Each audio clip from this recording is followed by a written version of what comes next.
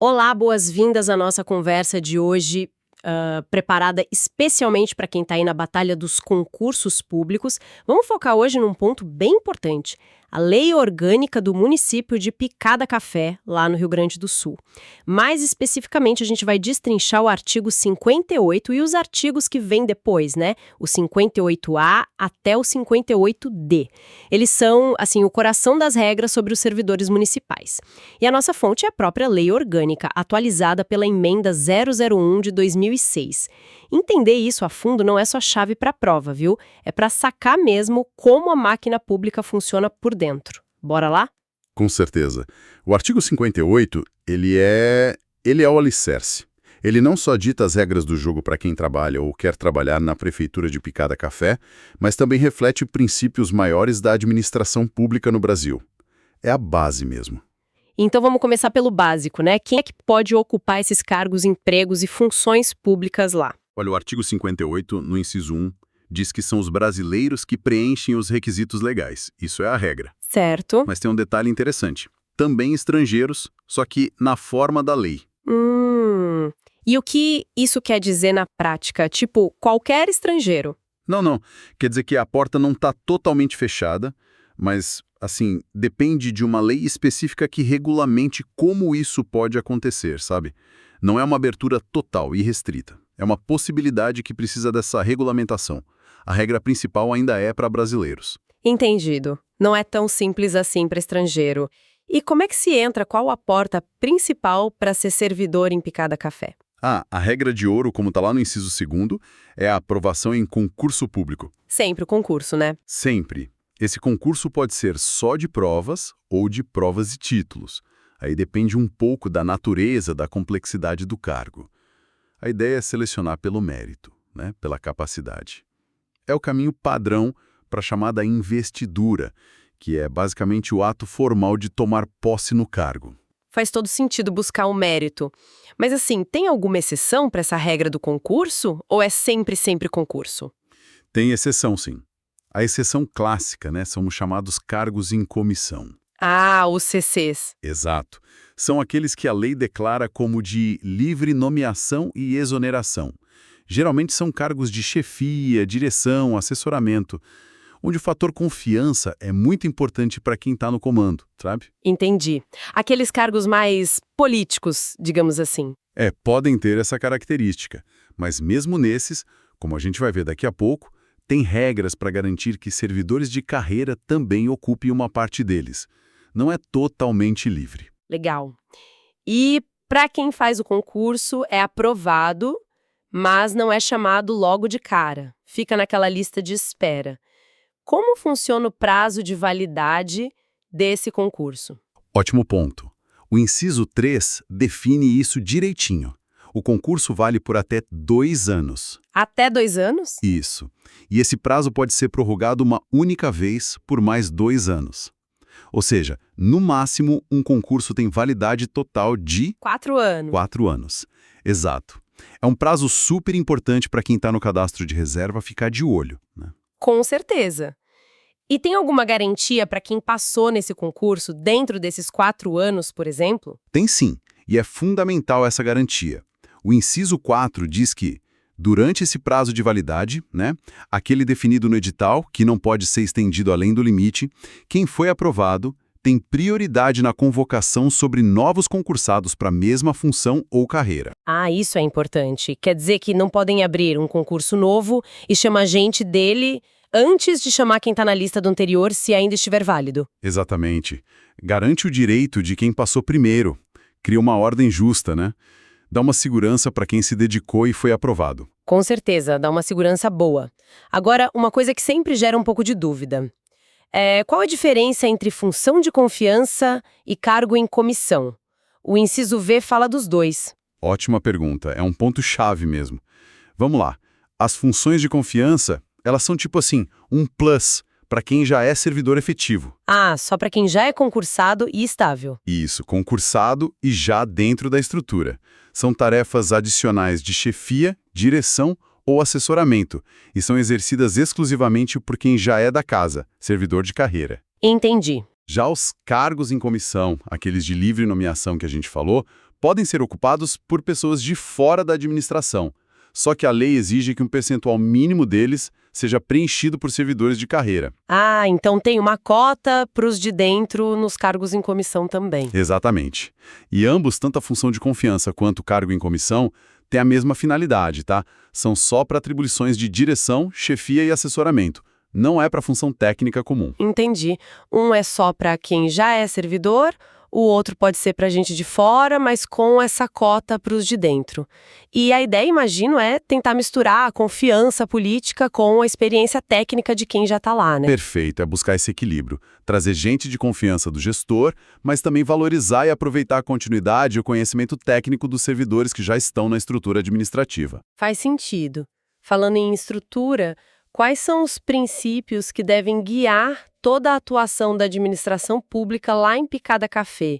O artigo começa falando disso, né, lá no início. Sim, o caput à cabeça do artigo 58 estabelece 5 princípios essenciais. São a base de uma boa gestão pública, né? São os famosos LIMPE. Ah, o famoso LIMP. Legalidade, Impessoalidade, moralidade publicidade. e eficiência. Isso. Mas vamos ver na prática. Impessoalidade, por exemplo. O que seria isso no dia a dia do servidor? Impessoalidade significa que a administração não pode agir para beneficiar ou para prejudicar pessoas específicas, sabe? O tratamento tem que ser igual para todo mundo que está na mesma situação. Tipo, não favorecer o amigo ou prejudicar o inimigo. Exatamente. Pensa no atendimento ao público. Não importa se quem chega é amigo ou, sei lá, um desafeto do servidor. O procedimento, o respeito, tem que ser os mesmos. A decisão tem que ser baseada na lei, no interesse público, e não em quem é a pessoa.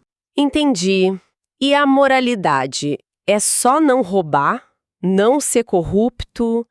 Ou tem mais coisa? Tem mais coisa. Vai além de simplesmente não cometer crimes, sabe?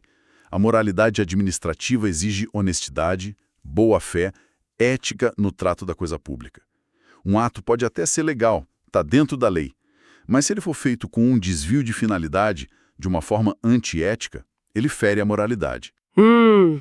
Entendi a sutileza. E os outros 3 são legalidade, que é bem direto, né? A administração só pode fazer o que a lei autoriza ou determina. Publicidade, que é a transparência nos atos. A regra é divulgar, salvo as exceções legais como sigilo, né? E eficiência, que é buscar os melhores resultados com o mínimo de recursos possível, sem desperdício. Esses 5 juntos são a bússola da administração. Ok, princípios bem claros agora. E quanto aos direitos dos servidores em si, o que o artigo 58 garante para eles? Ele garante direitos fundamentais também. O inciso 6º, por exemplo, assegura a livre associação sindical.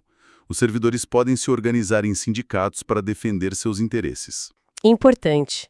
E o inciso 7º garante o direito de greve. Mas aqui tem um porém importante. Qual? Esse direito de greve, ele deve ser exercido nos termos e nos limites de uma lei específica, porque a greve no serviço público tem regras próprias, né? Principalmente para não paralisar serviços essenciais para a população. Não é igual a greve na iniciativa privada. Ah, bem lembrado. Tem essa limitação por causa do impacto na sociedade. E sobre inclusão em situações mais específicas, como contratos temporários? Sim, o artigo também trata disso. O inciso VI fala da inclusão de pessoas com deficiência. Ele determina que a lei municipal reserve um percentual de cargos e empregos para elas e defina como vai ser essa admissão. É a questão das cotas, né? Certo. Inclusão garantida por lei. E os temporários? Então, o inciso 9 permite que a administração faça contratações por tempo determinado. Mas, atenção, só para atender necessidade temporária e de excepcional interesse público. Tem que ter uma justificativa muito boa, sabe? E tudo bem definido em lei para não virar regra, para não burlar o concurso público. Entendi. Contratação temporária é exceção da exceção, então. Agora, um tema sempre delicado: remuneração. Como é que o artigo 58 lida com salários e subsídios? Esse é um bloco bem importante, começando lá no inciso X. Ele diz que qualquer fixação ou alteração na remuneração dos servidores ou nos subsídios dos agentes políticos, prefeito, vice, vereadores, secretários, só pode ser feita por lei específica. Não pode ser por decreto, por exemplo. Tem que passar pela Câmara. Tem que passar pela Câmara. Exatamente. E tem um ponto crucial aqui para o servidor. É assegurada a revisão geral anual da remuneração, sempre na mesma data e sem distinção de índices para todos os servidores. Espera aí. Revisão geral anual garantida. Isso significa que o salário aumenta todo ano, corrigindo a inflação? Cuidado aí. Garante a revisão, não necessariamente um aumento que reponha toda a inflação, sabe? A lei obriga o município a, todo ano, na mesma data, discutir e definir um índice de revisão para todo mundo, de forma igual. O objetivo é preservar o poder de compra. Ah, então a obrigação é discutir e aplicar um índice igual para todos. Mas o índice pode ser zero ou abaixo da inflação, dependendo da situação financeira do município. Exato. O percentual efetivo pode depender da capacidade financeira do município, das negociações com o sindicato. A garantia constitucional é que o tema seja tratado anualmente e de forma isonômica, sem diferenciar índices entre categorias naquele momento da revisão geral. Entendi a nuance. É a garantia do processo, não do resultado. E existe um limite máximo para esses salários no município? Um teto? Sim, existe. O inciso 11 estabelece o famoso teto remuneratório. Ninguém no serviço público municipal, ninguém mesmo, pode ganhar no total, incluindo salário base, gratificações, tudo, mais que o limite definido na Constituição Federal. E qual é esse limite, geralmente? Geralmente, para o município, o teto é o subsídio do prefeito. Mas isso está vinculado a subtetos definidos na Constituição, que tem como parâmetro máximo o subsídio dos ministros do STF. É uma regra para evitar supersalários no setor público. Ok, um controle importante. E para evitar distorções dentro do próprio município, tem mais regras sobre salários. Tem sim, algumas bem importantes para manter um certo equilíbrio. O inciso 12, por exemplo, diz que os vencimentos dos cargos do Poder Legislativo, lá da Câmara de Vereadores, não podem ser superiores aos pagos pelo Poder Executivo, pela Prefeitura. Ah, para não ter uma Câmara rica e uma Prefeitura pobre em termos de salário. Isso. E o inciso 13 proíbe vincular ou equiparar automaticamente diferentes tipos de remuneração. O que isso quer dizer? Por exemplo, o aumento de uma categoria não pode gerar um aumento automático para outra que tem uma função totalmente diferente, só porque os nomes dos cargos são parecidos ou algo assim. Cada carreira, cada cargo tem sua estrutura. E para complementar isso, tem o inciso 14, que é muito importante para evitar o famoso efeito cascata ou repicão, como chamam. Efeito cascata. O que é isso? É quando uma vantagem, um acréscimo que o servidor recebe, tipo uma gratificação, um adicional, passa a ser usado como base de cálculo para outras vantagens futuras. Aí vira uma bola de neve, sabe? O inciso 14 proíbe isso. Diz que os acréscimos não serão computados nem acumulados para calcular outros acréscimos. Cada um incide sobre o base ou sobre o que a lei mandar, mas não um sobre o outro. Entendi. Evita que o salário cresça exponencialmente por causa desses penduricalhos, né? Muitas regras para controlar os gastos e manter a isonomia, a igualdade. E o salário, ele pode ser reduzido? Em regra, não. O inciso 15 garante a irredutibilidade dos subsídios e dos vencimentos. É um princípio forte, protege o servidor. Ah, então o salário nunca diminui. Calma, tem exceções. Se o salário total ultrapassar aquele teto constitucional que a gente falou, ele vai ser ajustado para baixo sim. É o chamado abate-teto. E também podem ocorrer descontos normais, né? Imposto de renda, contribuição previdenciária ou ajustes relativos a regras de acumulação de cargos. Mas fora dessas situações específicas previstas na Constituição, o valor nominal do salário não pode ser reduzido por uma canetada. Entendido. Irredutível, mas não absoluto. Agora falamos em acumulação de cargos. Esse é um tema clássico de concurso, né? Sempre cai. Como funciona isso em Picada Café, segundo o artigo 58? Exatamente, um ponto crucial e que derruba muita gente em prova. A regra geral, está lá no inciso 16, é clara. É proibido acumular cargos, empregos ou funções públicas que sejam remuneradas. Essa é a vedação, é o princípio. Proibido acumular. Mas tem exceção, né? Sempre tem. Sempre tem, né? Mas são exceções bem específicas e só valem se houver compatibilidade de horários entre os dois vínculos. E, claro, tem que respeitar o teto remuneratório somando as duas remunerações, se for o caso. E quais são essas exceções permitidas? São 3 situações bem definidas na Constituição e replicadas aqui. A. Pode acumular 2 cargos de professor. Ok, 2 de professor pode. B. Pode acumular um cargo de professor com outro cargo técnico ou científico. Professor com técnico científico. O que seria esse técnico científico? Qualquer um? Não. Geralmente a interpretação é que exige uma formação específica de nível superior ou, no mínimo, nível técnico naquela área de conhecimento. Não é qualquer cargo administrativo, por exemplo. Precisa ter essa natureza técnica ou científica. Entendi. E a terceira exceção? Pode acumular 2 cargos ou empregos privativos de profissionais de saúde, desde que as profissões sejam regulamentadas por lei, como médico, enfermeiro, dentista e etc. Ah, então professor e pessoal da saúde têm regras especiais de acumulação. Isso. E sempre lembrando, compatibilidade de horários é essencial. E respeito ao teto. E essa proibição de acumular, ela vale só para cargos na prefeitura mesmo ou se estende para outros órgãos ligados ao município? Boa pergunta. O inciso 17 esclarece isso. A proibição vale para a administração direta, que é a prefeitura e suas secretarias, mas também se estende às autarquias, às fundações públicas, às empresas públicas e às sociedades de economia mista, controladas pelo município. Ou seja, abrange toda a administração indireta também? Exatamente. Basicamente em toda a esfera da administração pública municipal. Tem que ter muito cuidado com isso na hora de assumir um segundo vínculo público. Ok, regras de acumulação bem detalhadas. O artigo 58 ainda traz alguma consequência para quem descumpre essas regras, principalmente a do concurso? Sim, os parágrafos finais do artigo são importantes nesse sentido. O parágrafo primeiro é bem direto.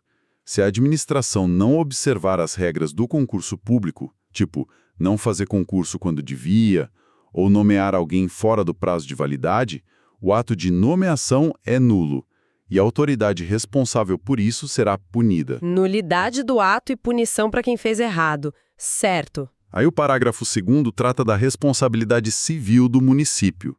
Se um agente público, um servidor, agindo nessa qualidade, causar algum dano a um terceiro, a um cidadão, por exemplo... Tipo um acidente com um veículo da prefeitura, um erro médico num posto de saúde. Exato. Nesses casos, o município responde objetivamente. O que significa isso? Significa que o município tem que indenizar a vítima, mesmo que não se comprove culpa direta do agente. Basta provar o dano e a ligação com a ação do servidor. Entendi. A prefeitura paga a conta primeiro para a vítima. Isso, mas depois o município tem o chamado direito de regresso. Ele pode cobrar do servidor o valor que pagou de indenização, mas aí precisa comprovar que o servidor agiu com dolo, ou seja, com intenção ou com culpa, negligência, imprudência ou imperícia. Ah, entendi a dinâmica. A prefeitura garante a reparação para a vítima, mas depois acerta as contas com o servidor se ele errou feio. E sobre a aposentadoria? Pode acumular aposentadoria com o salário de um cargo ativo? O parágrafo 3º trata disso. A regra geral, de novo, é a vedação.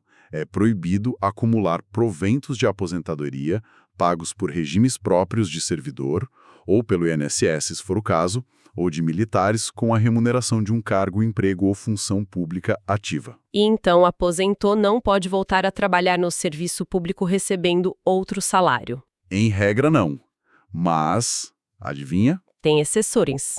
Quais são? Exatamente. As exceções são: se o cargo ativo for um daqueles que já eram acumuláveis na ativa, os de professor, de saúde ou técnico científico que a gente falou; se for um cargo eletivo, vereador, prefeito; ou se for um cargo em comissão, aquele de livre nomeação. Nesses casos específicos, é possível receber a aposentadoria e também a remuneração do novo cargo. Ufa, o artigo 58 é denso mesmo, encobre muitos aspectos essenciais da vida do servidor público municipal. Mas não acabou aí, né? Você mencionou os artigos 58A, B, C e D, que complementam. O que eles trazem de mais importante, assim, resumidamente? Isso, eles detalham e expandem alguns pontos importantes. O 58A, por exemplo, é interessante porque prevê a criação de um conselho municipal para discutir políticas de administração e remuneração de pessoal com participação dos servidores. Isso é bacana para a gestão participativa. Um espaço de diálogo. Que mais? Ele também reforça critérios para definir os padrões de vencimento, estende vários direitos trabalhistas que estão lá no artigo 7º da Constituição Federal aos servidores municipais e, muito importante para a transparência, obriga a publicação anual dos valores dos subsídios e da remuneração dos cargos e empregos públicos. Ah, a famosa divulgação dos salários. Transparência é fundamental mesmo. E o 58B, o que ele diz? Esse é bem curtinho. Basicamente, ele diz que a aposentadoria vai seguir o que a lei dispor. Ele remete para a legislação previdenciária específica, que pode ser uma lei municipal própria ou as regras gerais federais, dependendo de como o município organiza seu regime de previdência. Ok, remete para outra lei. Agora, o 58C, esse trata de um tema muito esperado por quem passa no concurso, a estabilidade. Como funciona isso em Picada Café? Exato. Esse é o artigo da estabilidade. Ele confirma a regra geral da Constituição. Após 3 anos de efetivo exercício, o servidor que foi nomeado por concurso público adquire estabilidade no serviço público. 3 anos, e aí depois desses 3 anos não pode mais ser demitido. Fica blindado. Opa, não é bem assim. Estabilidade não é imunidade total, viu? É uma garantia importante contra demissões arbitrárias, políticas, mas não protege contra tudo. Como assim, então? O servidor estável pode perder o cargo? Em que situações? Pode sim. O parágrafo 1º do 58C lista claramente as situações em que o servidor estável pode perder o cargo. São 3. 1. Por causa de uma sentença judicial transitada em julgado, ou seja, uma decisão da justiça da qual não cabe mais recurso. Ok.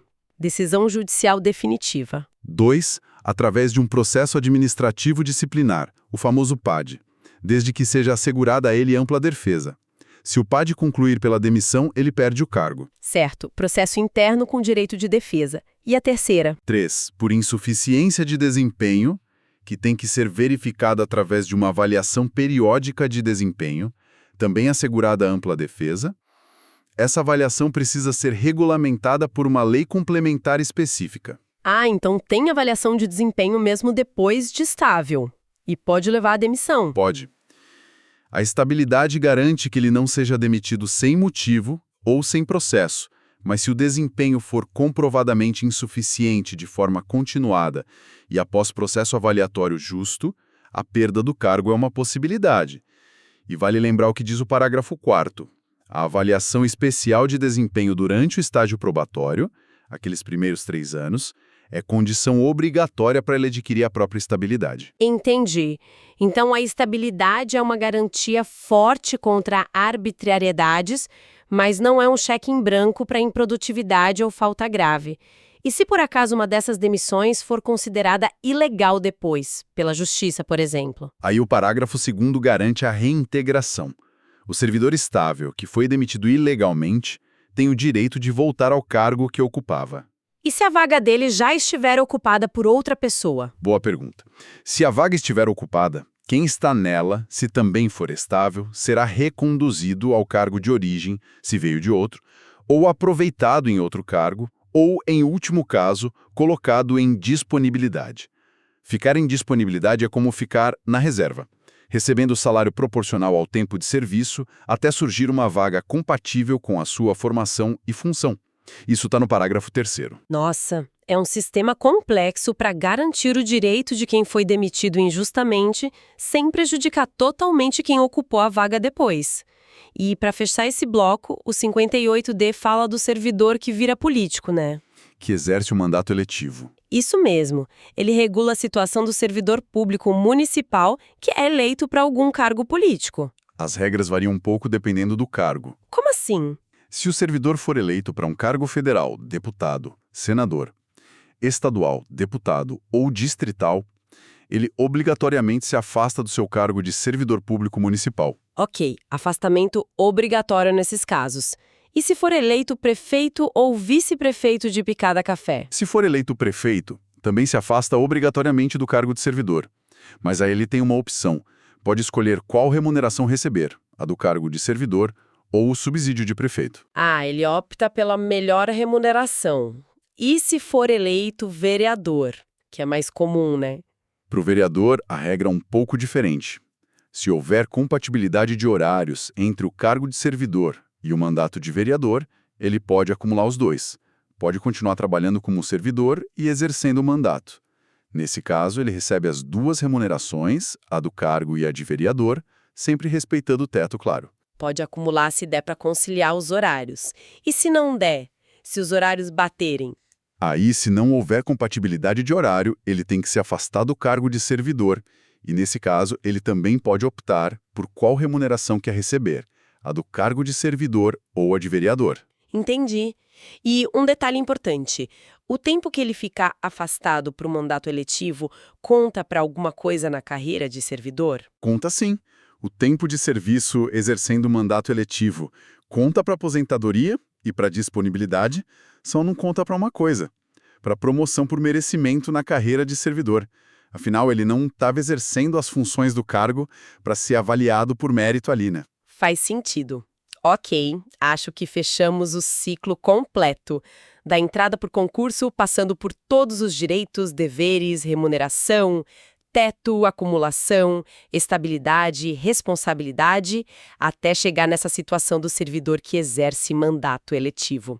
Foi uma verdadeira imersão nesse artigo 58 e seus complementos da Lei Orgânica de Picada Café. Sem dúvida. E o que fica muito claro, eu acho, é a tentativa da lei de criar um sistema robusto, né?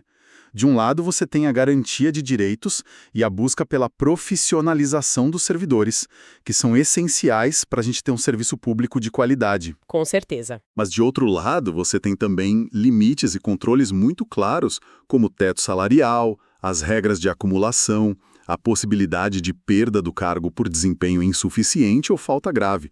Tudo isso para assegurar a responsabilidade fiscal, a moralidade, a eficiência. Tudo em benefício da sociedade, do interesse público. É um equilíbrio delicado, sabe? E que está sempre em construção na prática. É verdade.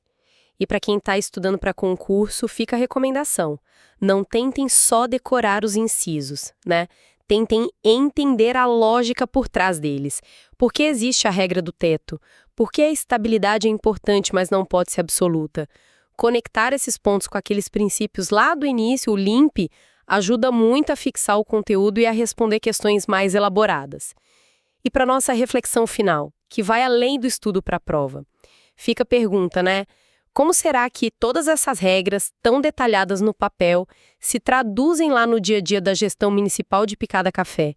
Será que a aplicação prática delas consegue realmente garantir, ao mesmo tempo, a eficiência administrativa que a gente tanto precisa e a valorização justa do servidor público, impactando positivamente a vida dos cidadãos? É algo para se pensar sobre essa distância que às vezes existe entre a lei e a realidade. Bom, com essa provocação, a gente encerra a nossa análise focada no artigo 58 da Lei Orgânica de Picada Café. Esperemos que essa nossa conversa detalhada tenha sido útil e ajude bastante na preparação para o concurso e também na compreensão do serviço público como um todo.